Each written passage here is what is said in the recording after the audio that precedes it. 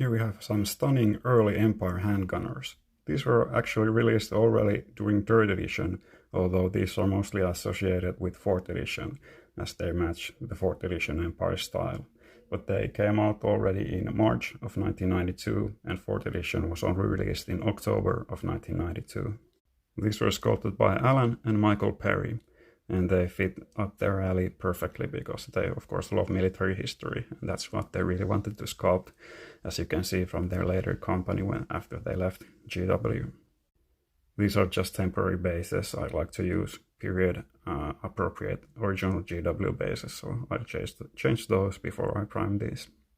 The whole range includes 8 different sculpts, but 3 of the sculpts, the 3 that are not present here, are more like Estalia type handgunners. They look sort of like Spanish conquistadors with those pointy conquistador helmets.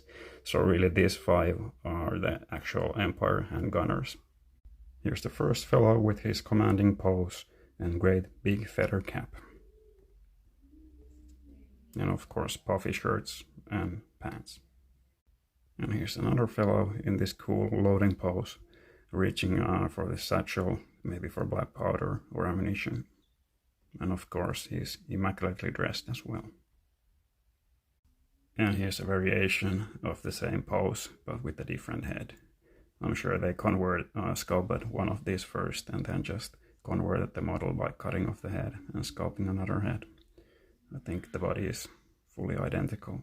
Yeah. And here's one standing at rest with his handgun.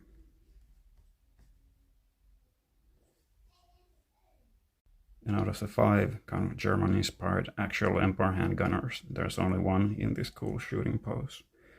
And he has really puffy pants and this nice big satchel there. And of course that stunning hat with a big feather.